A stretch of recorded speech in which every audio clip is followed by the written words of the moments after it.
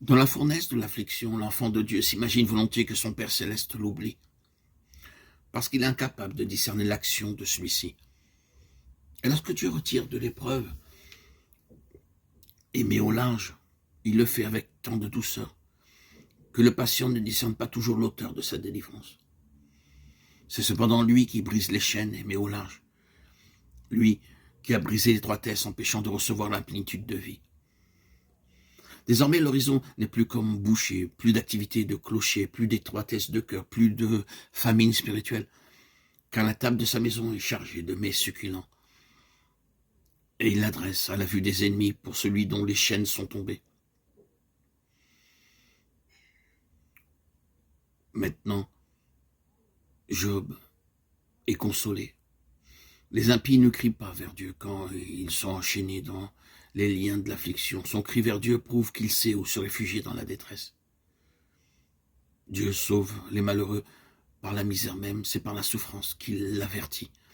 Dieu répond au cri de Job en le laissant dans la fournaise, car le feu brûlera tous les liens, et il sortira libre. Le but que Dieu poursuit, c'est la délivrance de son enfant. Le contentement de soi, voici le danger menaçant pour les serviteurs que Dieu a appelés et qu'il bénit.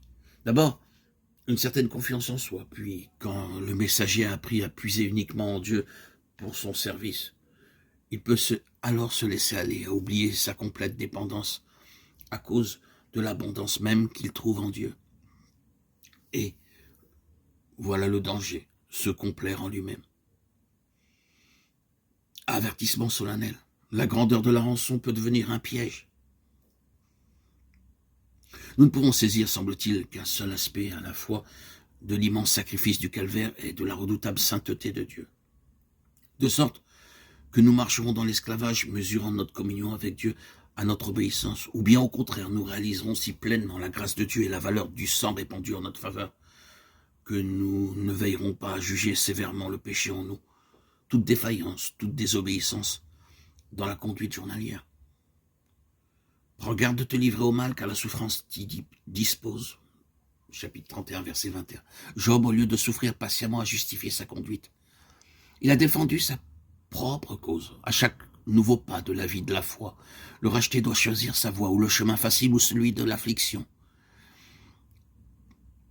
Eliaou a parlé de la nécessité de garder ses yeux. Il vaut mieux choisir immédiatement le chemin que Dieu veut, sans s'arrêter à considérer l'autre.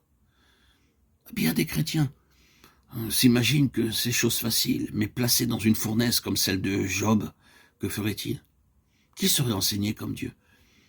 Il est grand par sa puissance, qui lui prescrit ses voies. Qui ose dire tu fais mal? Souviens-toi donc d'exalter ses œuvres. Alors qu'Eliaou parle encore, les nuées se sont amoncelées, le ciel s'est obscurci, c'est la tempête.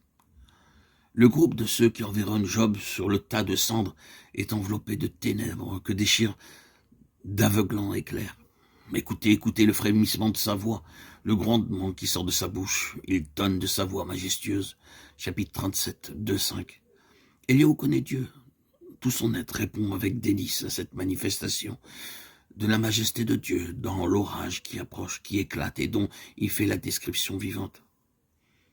Après avoir considéré les merveilles de celui dont la science est parfaite, il ajoute « Nous ne saurions parvenir jusqu'au Tout-Puissant, grand par la force, par la justice, par le droit souverain. » Il ne répond pas. C'est pourquoi les hommes doivent le craindre